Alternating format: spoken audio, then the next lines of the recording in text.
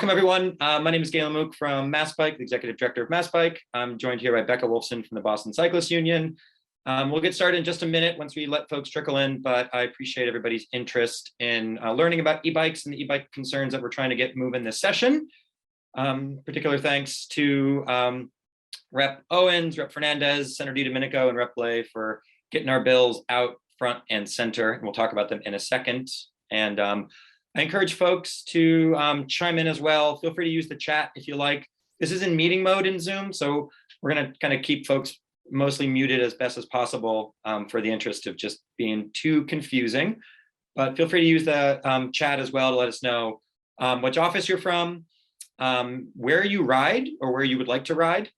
And I'm curious personally, at MassBike, we do statewide advocacy. So, I want to see who's here from hill towns in Western Mass, Connecticut River Valley, Cape, wherever. I'm interested in that. And any other concerns you want myself, Becca, or our elected officials to kind of address during this quick briefing. I think we'll be about half an hour, maybe 40 minutes tops, I'm hoping for lunch. So I appreciate it. And I want to send a particular thanks to Jess Slavin, MassBike's communication coordinator, for helping manage the show, let folks in, and hopefully keep folks nice and tight here as well, including myself. Great. Thanks. Great. Well, for the interest, maybe we'll just jump right in. Becca, maybe come on in and join me here, introduce yourself as well. But again, at MassBike, we do statewide organization, statewide advocacy, which means we focus on the big picture, legislation, policies, funding mechanisms, try to keep it at the broad 35,000 foot view at MassBike. So if you have any other statewide cycling concerns or just generally traffic safety concerns, please feel free to reach out to myself or Jess or any of us at MassBike. I'm also joined by Becca from the Boston Cyclists Union. Yeah, thanks, Galen. I'm Becca Wilson, Executive Director of the Boston Cyclists Union. Our focus is really the Metro core. We advocate and organize residents to make street changes in Boston, Cambridge, Somerville, and Brookline, but we also work on policies that impact the safety of riders and getting people out of cars throughout Metro Boston and statewide. And so e-bikes is one very important tool and policy that we really care about to provide access, equity, and mobility to Massachusetts residents in the core and beyond. Awesome, thanks. And real quick, just before we jump off, we are also hosting an e-bike demo day today, later this afternoon. So Becca, myself, and some e-bike vendors from around the state, some manufactured in Mass and some around. We're going to be outside the State House steps along Beacon Street from 3 to 6 p.m. So if you want to understand what we're talking about from behind the handlebars, we're going to have road bikes, folding bikes, cargo bikes, and just to kind of demonstrate what we're going to be talking about today. So highly encourage you to come out from 3 to 6. With that, I'll pass it off to Rep. Owens to kick us off from the legislator side. Hey, good afternoon, everybody. Steve Owens, representing the cities of Watertown and Cambridge. Thanks so much for everybody to come out here. I will be out there at the e-bike demo, so if you want to see me flail around, there's an exciting opportunity for you to do that later. So the bill that I filed with Rep. Fernandez, who's the lead sponsor, is 4676. It was redrafted by the Transportation Committee. Really, the purpose of that is it would regulate low-speed electric bicycles, just like regular bicycles, non-powered bicycles, so that the same rules of the road would apply to e-bikes and human-powered bikes when it comes to speed, to passing, local traffic laws, obeying speed limits, things like that. And the reason why that's really important is not just because more people are buying e-bikes now, it really removes barriers, these bikes. So more bicyclists can ride farther at any age. If you're like me and you spent the past 2+ years sitting right here or similar and not getting out as much as you ought to because you're behind a screen, maybe you need that little extra e-assist to get up the hills, Beacon Hill in particular. The other thing, and I'm sure that Galen and Beck will talk about this, is this really clarifying the e-bikes in the law really activates some programs that can be done. E-bike shares, for example. We know that that Blue Bikes here in Boston is really itching to move over, particularly in Cambridge, to support e-bikes. Boston has an e-bike delivery pilot program. Imagine instead of your Grubhubs and your DoorDashes, double parked outside of your restaurants. Imagine them using e-bikes instead to do their deliveries. Doesn't block a bike lane if there's a bike lane, doesn't block a traffic lane if there's a traffic lane. And e-bikes are really car replacers. I've talked to so many people who now use e-bikes to haul their kids around to sports, can do shorter trips, can do grocery shopping in a way that they couldn't before, with e-bike trailers and things like that.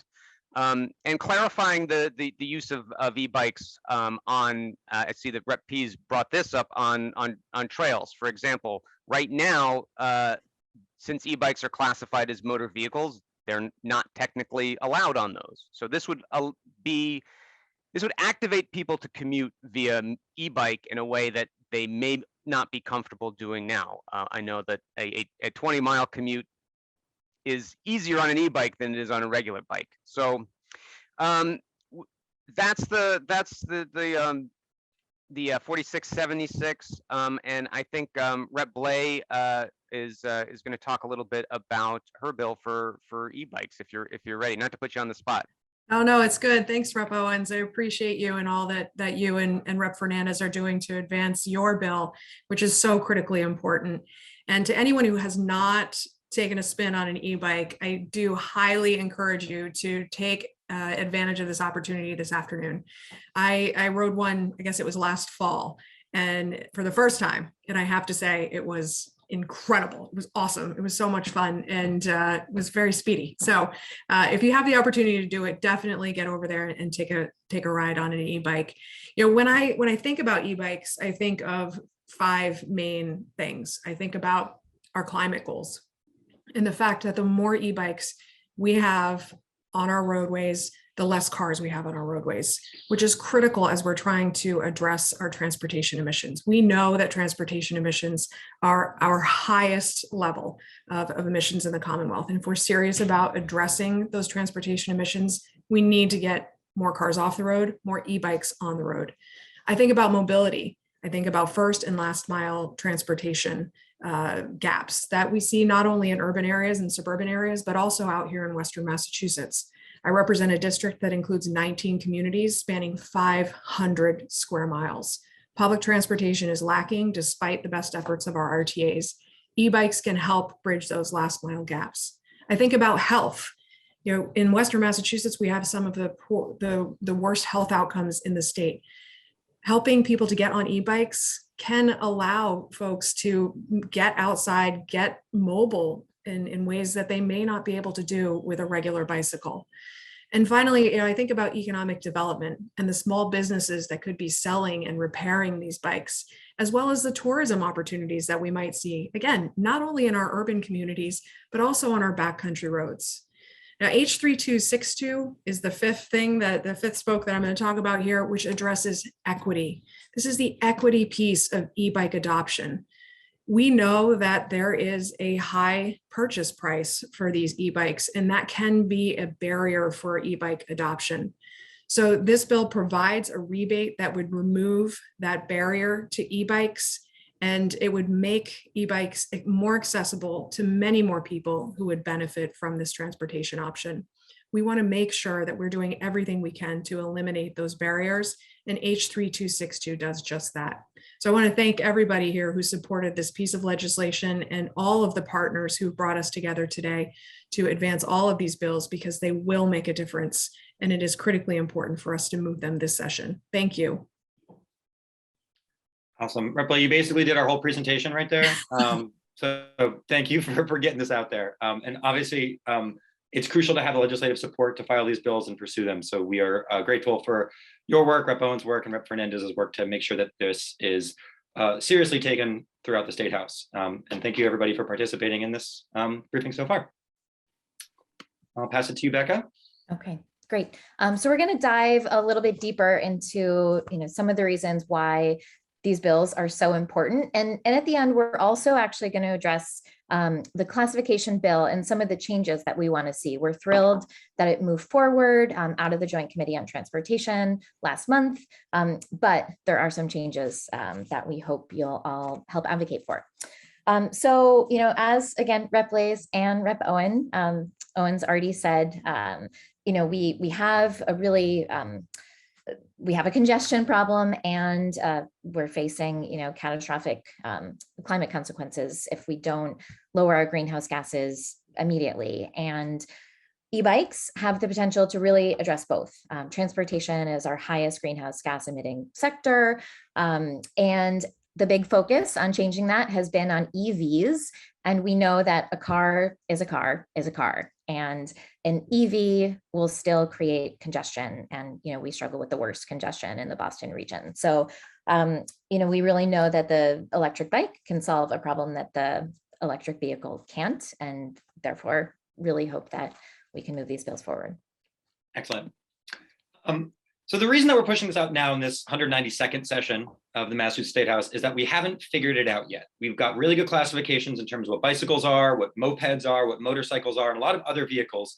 But especially in the past 5 or so years, we've seen drastic technological leaps and bounds in terms of what e-bikes are capable of doing, specifically around their batteries and specifically around their motors. And I'm sure just in the day-to-day of just being a common citizen in the Commonwealth, you've seen the increase in uses. But ironically, we've actually been dealing with e-bikes since way back in the boom of the biking renaissance of the 1890s.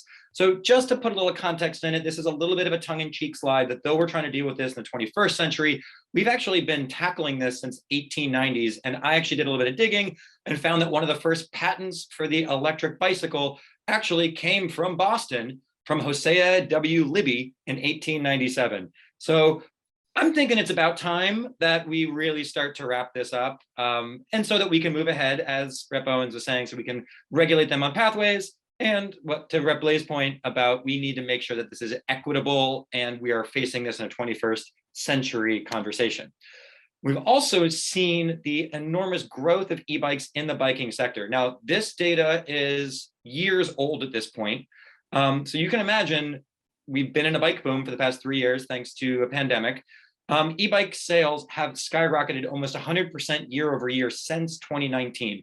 So I didn't have enough room on the slide to continue the upward trajectory, but you can imagine that if you were working in a bike shop, that this graphic is even just kind of a show of the popularity of e-bikes. However, I think we have to keep in mind that the price points of e-bikes is keeping it out of reach from those who might need it the most.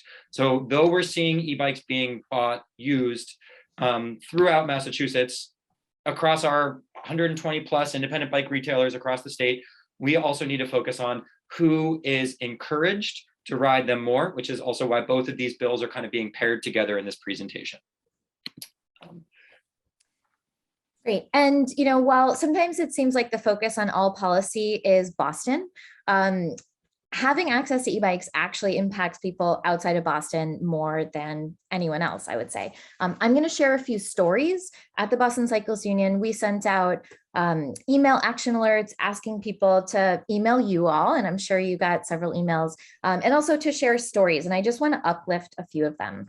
So a woman from Medford who works in the Longwood medical area wrote, "This issue is important to me because every day I ride an e-bike from my home in Medford to get to work on the Fenway area of Boston, 18 miles round trip.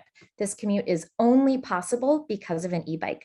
Otherwise, I'd be driving and contributing to traffic clogged streets." An older gentleman in Watertown said, "As I've gotten older, the ride on a conventional bike has gotten to be too much for my aging knees. I purchased a class 3 e-bike that I love riding, and every evening after my commute home, my knees thank me too." And last, a mother in Quincy, 14 years ago, my husband and I installed an electric assist on our extra cycle cargo bike. We were a young family of with a 3-year-old and a 1-year-old. We knew that continuing our car-free lifestyle would be easier with an e-bike to haul our gear and pull a bike trailer and our 2 children. And it was. We enjoyed years of riding to friends' houses all over Quincy, Milton, Weymouth, and Braintree. We went to the library, the beach, parks, grocery stores, all with kids in bike seats. And with hot water bottles and blankets in the colder weather. So who is riding? Again, it's individuals, it's businesses are taking advantage of e-cargo bikes. As I think Rep. Owens mentioned, Boston is launching an e-cargo bike delivery pilot to get delivery trucks off of our streets and single occupancy vehicles. And really interestingly, 2 weeks ago, Denver launched an e-bike rebate, and in 10 days, they had 2,600 applications. They're processing all of them. And also, just like the Massachusetts bill, it addresses equity. It offers $400 for a new e-bike, $500 if 500 extra if you're getting a cargo bike, again, trying to replace cars, and also double the amount for income qualifying folks. So, really appreciate that the Massachusetts bill also addresses access for lower income folks. And we know these will be popular. Cool. I also want to make a particular shout out. I see that Scott Mullen from A Better City is also joining us today. So there is strong interest in the business community and the transportation management associations and the commuter conversation as well, to incentivize people to be able to commute to and from work on these e-bikes. Molly, I don't know if you want to unmute real quick and just say a quick hi from ABC, just to say that we've got some businesses behind us.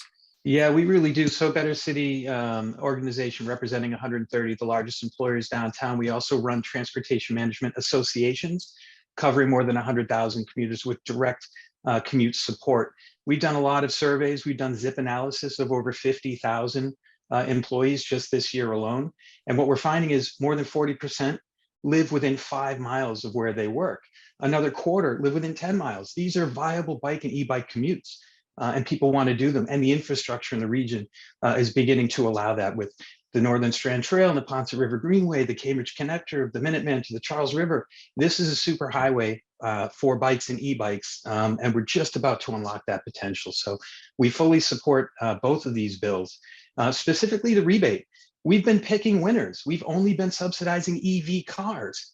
E-bikes are EVs, and there's a surplus in the more EV. It's an undersubscribed program. The money's just sitting there. Let's get it out there, and people will, like Denver, I would assume we would hit that mark or more. Thank you. Excellent. Thanks, Molly. And hopefully we'll see you this afternoon for a ride as well. Great. Yeah, so I'm just going to dig into, what the classes of e-bikes are and what an act relative to electric bicycles is trying to achieve. So what are these bikes? They're basically two different kinds. An e-bike can be pedal assist, so you still have to pedal, and an electric motor gives you an extra boost. It helps offset lack of strength. It helps get up hills, helps you start more quickly from a stop. And as an e-bike rider myself, I can say, it is transformative, just that little boost. And then power on demand is defined by having a throttle. So you may actually not have to pedal. Some have both. So with an e-bike with a throttle, you pull the throttle and it gives you that electric boost. Again, some have both. So an act relative to electric bicycles simply tries to define 3 classes of electric bikes. Class 1 is pedal assist only and cuts off at 20 miles an hour. Class 2 has a throttle activated motor, also cuts off at 20 miles an hour. And class 3 would cut off at 28 miles an hour and also has a pedal assist. And the class has to be labeled. There are other details that you can read about this, but what's most important is that without the classifications, municipalities can't regulate them. And again, there's confusion, there's lack of clarity on where folks can ride these bicycles. Yeah, thanks, Becca. Just to back that up, I think the main point of this bill from Mass Bike Stands is clarity. We want to know exactly what we're talking about so that we can regulate them and that we can incentivize them. And we can also build designs around them. And we'll talk a little bit about what e-bike is not. So currently in statute, motorized bicycles, which essentially is a fully operable bicycle that has a motor assist, refers to mopeds. It was statute that was codified decades ago. Technically, a motorized bicycle has a 50cc engine, which is a gas engine to cubic centimeter, has an automatic transmission, and has a max speed of no more than 30 miles an hour. Obviously, that's not what we're trying to talk about here when we're talking about e-bikes. So where can we fit in e-bikes? Now, also under Mass law, mopeds need to be registered through the RMV, motorized bicycles do. However, the RMV does have a clause that they added last year that says the lower speed e-bikes are considered to be e-bikes and not motorized bicycles. So there's friction between what the RMV has in terms of what they're trying to register and regulate, but that's only for roads. And that does not necessarily pertain to municipal pathways like the Minuteman or DCR pathways like the Charles River pathways. So again, it's too messy right now. And it really is, if you start to dig into regulations, you say, okay, well, there's not even a real way to regulate because a motorized bicycle really doesn't even refer to what we're trying to actually implement here. So the idea of this bill is just clarity, clarity, clarity. Now, under federal guidelines as well, this is also important because Massachusetts, though we are a pretty prominent state, we do not operate in a vacuum. And I always like to say that all biking is regional. And even though all of our concerns are local, we need to think about transportation in a regional context. So for instance, if you're up in Salisbury, you're on a pathway, perhaps that goes up to New Hampshire. If you're in Westfield, you're perhaps on a pathway that goes into Connecticut. If you're on the Cape, you could be on the federal lands of the Cape Cod Canal pathway and just in a short hop, get on the DCR trail. And this is the confusion. So we actually need to think about where we lie in with all the rest of our federal designations, as well as our statewide partners as well. So what we're trying to do is clarify Massachusetts to match it with what's already been codified in the consumer protection statutes out of the feds, and also what's happening around the country. We are one of 4 states. Again, we are one of 4 states that haven't figured this out yet. And not to hit the legislature, there's been a lot on our plate since we filed this bill first last session. Obviously, we all know the priorities that are out there, but now we are past due time to get this rolling so that we can regulate and incentivize e-bikes properly.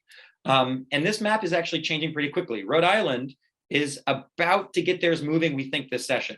So for all of you in the State House, can we beat Rhode Island? That's my ask. I love you, Rhode Island. East Bay bike path is amazing, but honestly, like, we have a State House that has the power to make this happen and make this happen this session. So there's a little bit of a landscape. We can go into this a little bit more at MassBike's website that Jess is putting in on the chat, so you can dive a little bit deeper into the specifics on how the federal landscape looks. But again, this is about clarifying Massachusetts so that we are really matching the standard that's being felt around the country. Great. I'm going to talk a little bit about Bikeshare and how e-bikes can transform our Bikeshare system. So Boston area has the Blue Bikes Bikeshare system, and municipalities are clamoring to have e-bikes in them. But they won't adopt e-bikes into the Bikeshare system until they're codified in law and until the classification exists.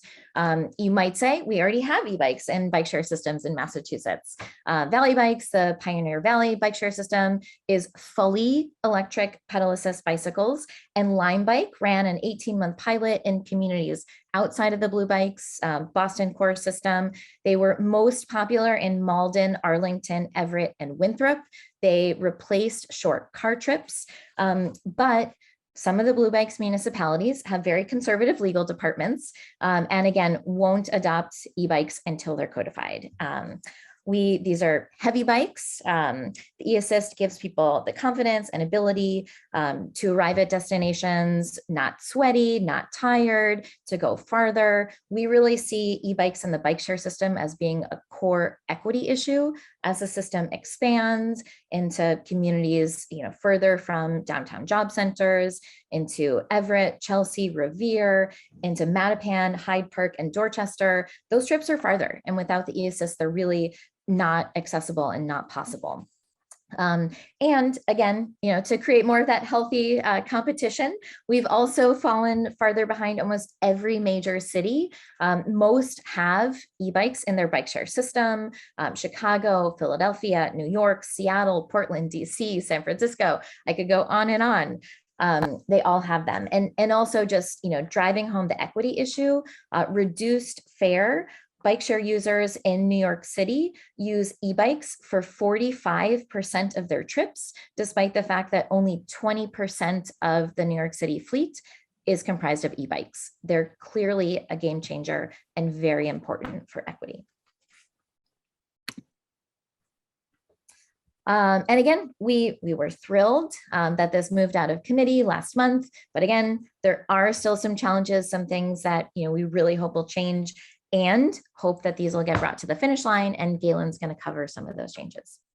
Awesome. Thanks, Becca. And this is just a reference to a rally that the BCU hosted in front of the State House last month, bringing e-bike riders out to address and also municipal leaders out to address. So this was right ahead of the deadline to get the e-bike definition bill out of the Joint Transportation Committee. And we're very grateful to Chair Crichton and Chair Strauss for moving it. But we still have the work to do in the TU&E committee with Rep. Blai's bill. So we'll cover that in a second. So where are we? Well, we are almost moving forward. I would say we all know how the State House is fits and starts. So one of the major hurdles, and we'll separate out the two bills, under the definition bill is that we did get it out of committee under a favorable reporting. The House version is slightly different than the Senate version in terms of that it does not cover the Class 3 e-bike. Now, that's a concern for advocates because we want to be able to call out that particular type of e-bike so that it can be regulated. We do think that leaving the regulations up to local jurisdictions is the appropriate way to handle where bikes should and shouldn't be ridden. And both the House and the Senate did a really good job of adding in that there must be public notice and a public process about instituting regulations, because you can imagine that on a corridor, there might be multiple jurisdictions, multiple municipalities that all need to coordinate. However, without identifying exactly what the Class 3s are, then we run the risk of people being able to purchase, ride them, but yet being still in that gray area. So this is, again, the goal of clarification to make sure that we are matching exactly what really is being out there. We also think that the RMV is not really up for even the Class 3 regulations, which would require licensing and then enforcement. So our goal is to really keep what e-bikes are generally around the country, match that in Massachusetts. Now, that said, the Senate version does include Class 3, so there needs to be a conference of both of those. And that's something that we're happy to work out with the Ways and Means Committee too. So anybody on this Zoom call, if you have, if you're on the committee of Ways and Means, if you'd like to dive a little bit deeper and talk to some committee members, please get in touch. Becca and I are hopefully your resources and advocates to be your sounding board, because we're paying attention to how this is playing out in our neighboring states as well. We're thinking that the bills that will be moving the session, frankly, we think that the House version of the climate bill is going to be very friendly towards biking as well. The Senate version arguably was very EV car focused. We're thinking that the House version, if we can really promote electric bicycling, can be incorporated into how that's conferenced. And we think that the More EV program does have a surplus that could go towards this from the administration. We've even seen support from the administration as well. And then we also have the transportation bond bill that we're expecting also this session as well, coming from both the House and the Senate to match what the governor put out. So the idea there is perhaps that could be a conversation to be happening in the Transportation Committee. But that said, these bills are moving. These bills for the definition bill are out there. So wherever we can find the vehicle, and this is where Beck and I are asking your expertise of everybody on this call, what makes sense most for you in the State House to help us move forward. We are more than happy to work with you. And then to the Ebike rebate bill, we still have a deadline of June 2nd to keep things moving in the TU&E. I should have said it's in the Telecoms Utility and Energies Committee right now. It's only a House version, but we are very grateful to Rep. Blai for getting that version out. But we do think that there is appetite in the Senate side as well to start to talk about this, because we do view this as a pairing of bills. We want the definitions and the incentives to kind of roll as a package so that we know what we're talking about, and then we can properly get people to get out there and ride in an equitable manner. We're also seeing the administration move on e-bike rebates. The Mass Clean Energy Center, Molly from ABC did mention that there's an e-bike pilot program that the CEC is already funding, of which MassBike is a recipient. We are rolling out a e-bike distribution program in the city of Worcester We're going to be able to hand out 100 e-bikes over the course of 2 years and track their ridership and measure the greenhouse gas differential of people who are using these bikes. And we're going to be focusing on low-income people who either live or work in Worcester. It's a major program for Mass Bike, and we're just getting it off the ground. I'm happy to talk a little bit more about that as it comes up. And we're also seeing the electric bicycle incentives pop up in the governor's transportation and climate bond bill, which includes the development and implementation of an incentive program to promote e-bikes and public transportation. It included a lot of other stuff in that line, but it did tag it at $150 million. So there's already an appetite from the administration to pursue this as well. Our goal, again, for this is like, we want to get these moving this session. We know that there's appetite. We know that there's interest. We know that if you've paid attention to the presentation up to this point, you're probably convinced, and you'll join us at 3 to ride these things to say, okay, we're in, how can we get this moving? Rep Blay and Rep Owens, do you want to hop in here and augment anything that we're saying here? Not to put you on the spot, but your insights would be absolutely crucial for this slide. I guess I'll go. No, I appreciate you flagging the action items. You know, it will be critically important for these committees to hear from individuals throughout the entire Commonwealth talking about the importance of these 2 bills and moving them in whatever vehicle we can, because the time is now. We can't wait, and so we just appreciate your partnership and your support in terms of raising awareness about the pieces of legislation and the need for them to move right now. And I'll just add, I'm not sure, Galen, if you have any slides on addressing some of the concerns that you and we have heard about the legislation. If you do, I'll save it till then. But I'm happy to talk a little bit about some of that if you do. This is the slide for that. So please. Okay, great. Yeah. So one of the things that I think there's really 2 things that have come up, and one is that some people are still stuck in the cycling as recreation mindset, right? So they're thinking, oh well, these are fun, kind of vehicles. They're not vehicles. These are like, this is a recreation bill. It's not, it's not. We don't need to take it seriously. But I don't see that, and Rep Blay pointed this out earlier. This is a climate bill, right? These are car replacers. These are commute replacers. These are last mile vehicles that can be used for a number of trips. Personally, I drive to the library, which is a mile away from my house. Mostly because I know I can't make it back with a stack of books up the hill. If I had an e-bike, and when I have an e-bike, I should say, I'm in the market. After today, I'll know which version maybe I'll want to get. I'll be able to do that on a bike much more easily. The other thing that I've heard about is the speeds. Oh gosh, that's just too fast on some of these paths. There's really 2 things with that. One is we can't regulate the speeds unless we regulate the e-bikes, right? Unless e-bikes exist in law, you can't have a speed limit for them. So this is the first step to monitoring or regulating those speeds. The second thing is, those speeds are not. Those are the top speeds. Those are not the speeds that people are going. I was talking to somebody just this morning who has a class 3 e-bike, which is rated for 28 miles an hour, but he's telling me I can't do. I can barely get it to 20, downhill with a tailwind because of all the things I'm carrying, or because of the weight, he's a big guy, so it's a little harder for him to get up to top speed. So we're not really talking about maintaining those top speeds for most bike users. And just to be fair about it, we never really talk about how all of our cars can go 100 miles an hour. So we don't really, as top speeds, we don't really have that conversation. So it's a little bit unfair to have that conversation about assuming that all e-bikes will go the top speed at all times on streets or paths.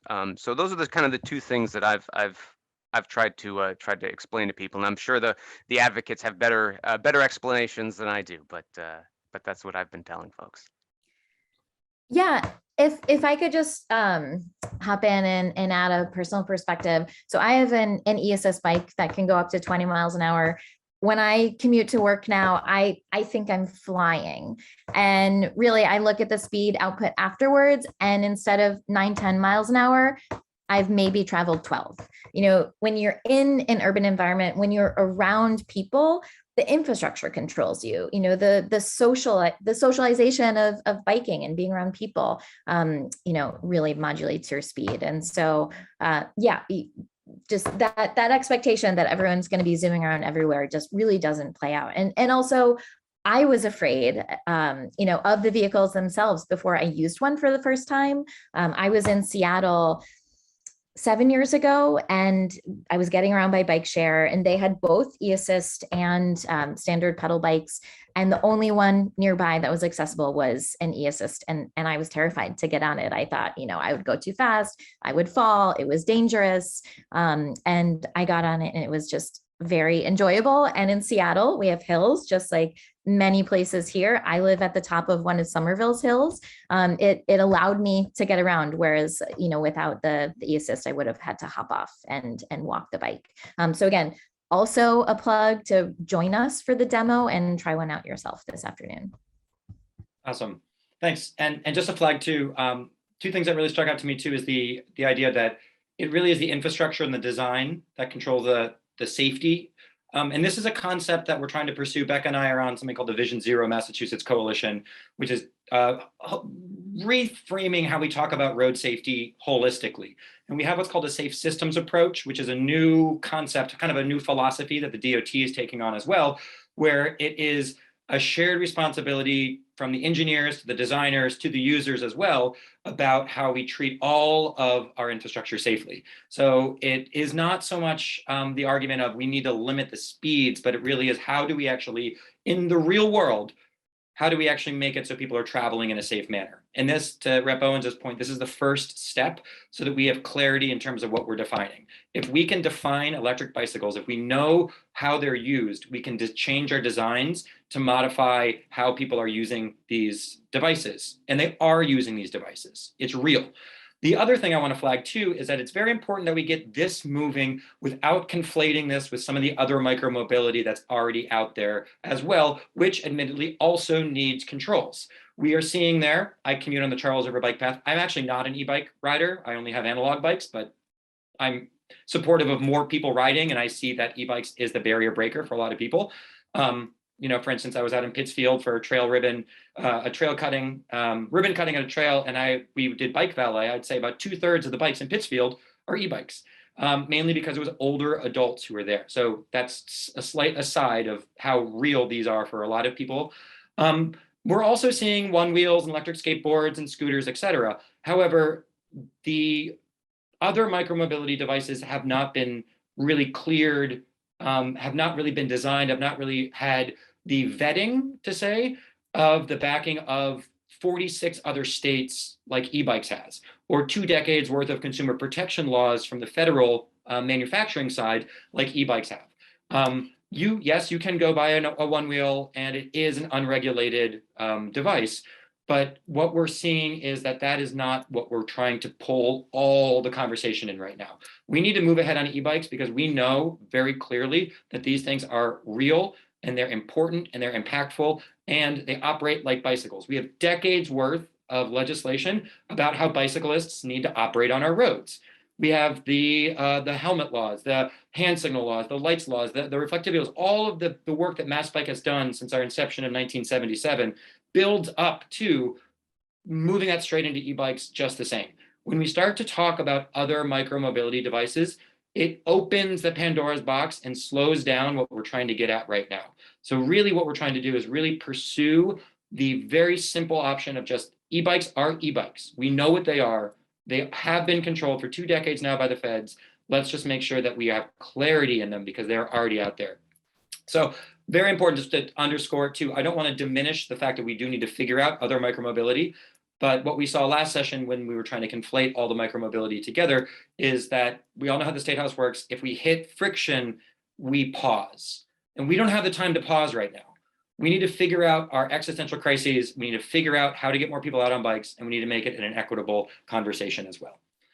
So that's my pitch. I also noticed that Senator DiDomenico has joined us. So Sal, if you're interested, I'm also happy to have you jump in here, and thank you for joining us. Thank you very much, Galen, and I apologize for being late. And it was a perfect segue of what you ended on there, saying we don't have time to wait. So the good thing is coming in at this point, everyone's already explained the bill, the need for the bill, and why it's important we pass it now. So I get to just say hello to everybody. But it is, I just want to just add my 2 cents in and just say this is really an important bill, one of my priority bills to get passed this session, and the fact that it's out of committee and moving, and we have some momentum built up behind this bill at this point. And the reason why I'm late is I was outside with Mass Senior Action Council, and I actually was talking to them about e-bikes as well, and so I had to leave and I had to come talk to all of you. And many of the seniors that were out there saying we're buying e-bikes because it helps us get around, and because we need a little assistance, to travel and to just enjoy the outdoors. So it was interesting that I had 2 briefings back to back, and it was a tie-in with e-bikes on both. So it really is an important bill, and the people that we least expected sometimes really want this to pass because they understand the need for better mobility, and also more equitable, and not just communities, but also different age groups as well. So it really is something that I think we have to put a lot of focus on, and we have the demonstrations today as well to show people that what e-bikes are all about and why this is an important mode of transportation for so many people across the Commonwealth, and why we have to expand that opportunity for other people and expand access, and also make sure that we have the right places for these bikes to travel. And I am new to the game. Actually, I have to thank Galen for introducing me to this a few years ago. And now I'm one of the biggest advocates out there for e-bikes, and I want to make sure that everyone has an opportunity to enjoy the outdoors, and also have a different, bringing the kids to school, to going to work, shopping, and expanding opportunities and access for people across the Commonwealth. So thank you, Galen, for all that you've done, and to my co-sponsors in the House for pushing as well, and to the Chairs of Transportation for getting the bill out of committee. I appreciate that. Thank you, Sal. Your leadership is crucial here, so I'm very proud to be working with you and your team. Great. With that, last words with Becca and myself. I guess we'll say thank you, everyone, for your participation today. We'll be out at 3 p.m. with a bunch of bikes. It's also Bike Month right now. You can go to baystateBikeMonth.org to find some events that are a guarantee happening in your city or town, or at least nearby. So if you want to meet some of the local advocates, or just participate in a bike rodeo, or whatever the case may be, BCU's got a bike and movie next Wednesday out at Herder Park. So that's in Brighton, and a DCR park out there. So come on over, say hi. We have, honestly, I think it's up to 140 or 150 events across the state just this month to promote bicycling. So for all your work out there, Rep Owens, Rep Blay, Senator Domenico, and Rep Fernandez, who wasn't able to join us, but is a stalwart supporter of this as well. Becca, thanks so much as well. Any last words from your end? No, I think everything's really been said. These are 2 critically important bills. We really hope you'll all help move them forward, and hope that you'll come see us this afternoon. Cool. Thanks for your time, everyone. We're going to be posting this on our YouTube. Everybody who's RSVP'd, we'll send it out. So please feel free to, once it's out in the next day or 2, to share the link around. We think the next couple of weeks will be crucial to make sure that these are elevated in the conversations around the climate conversations, and as the transportation bond bill moves forward as well.